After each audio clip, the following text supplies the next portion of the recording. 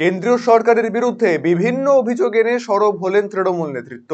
দিনহাটা শহরের পাঁচ মাথার মোড়ে রবিবার সন্ধ্যায় এই সভা হয়।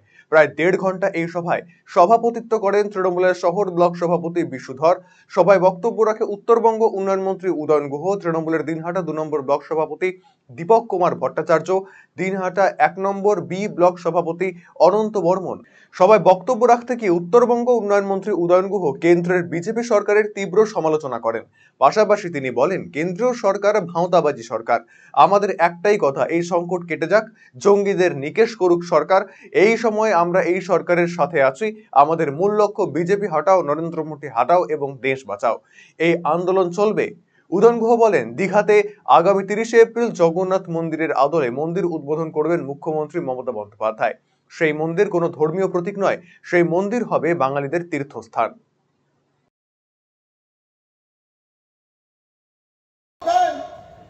ওই পাহাড়ের দুর্গম রাস্তা, যেখানে ওখান থেকে বর্ডার পেরোতে গেলে অন্তত পক্ষে ৬-৭ ঘন্টা হেঁটে যেতে হয়। তারা সেখানে চলে গেল, পাকিস্তানে চলে গেল।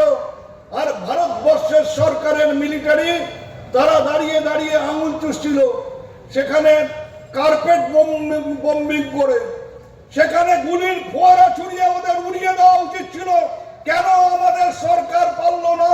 কেন আমরা খবর পেলাম না যে ওই রকম এলাকার থেকে ৫ জন জঙ্গি ভারতবর্ষে ঢুকে বৈশরণে এইরকম জঙ্গি হানা ঘটাতে পারে?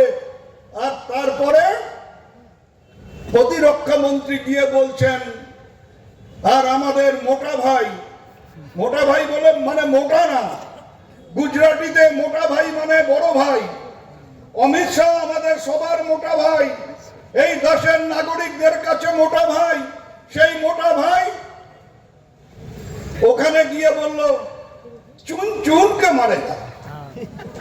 আরে চুন চুনকে মারেগা। রায়গঞ্জবাসীদের জন্য সুখবর, যারা দীর্ঘদিন ধরে পেটের সমস্যায় ভুগছেন তাদের জন্য রায়গঞ্জ দিশারিতে আসছেন ব্যাঙ্গালোরের প্রখ্যাত গ্যাস্ট্রোএন্টারোলজিস্ট ডাক্তার ইরশাদ আলী, HMD, DNB। এখন থেকে প্রতি মাসে নির্দিষ্ট দিনে ডাক্তারবাবুকে দেখাতে আজই যোগাযোগ করুন দিশারি হেলথ কেয়ার, উকিলপাড়া, রায়গঞ্জ শাখায়। যোগাযোগ করুন 7477785509 এই নম্বরে এবং 7477785512 এই নম্বরে।